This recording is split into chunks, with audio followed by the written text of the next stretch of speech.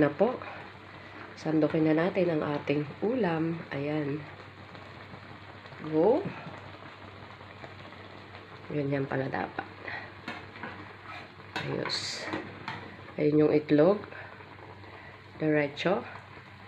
Diba? Ang ganda ng pansandok natin. Ayan. Ayan na. At syempre, isepti natin ang ating gas. Close natin yan. Close. Close na rin dito. Ayan. At idiretso na natin itong ibuhos lahat. O, diba? Wow! Nagkaroon ng shop. Yan po. Ready to eat na. Kain na na. Bye! Sarap. May karne yan. O, diba? Yung binigay ng pamangkin ko, naiiba-iba ko ng luto.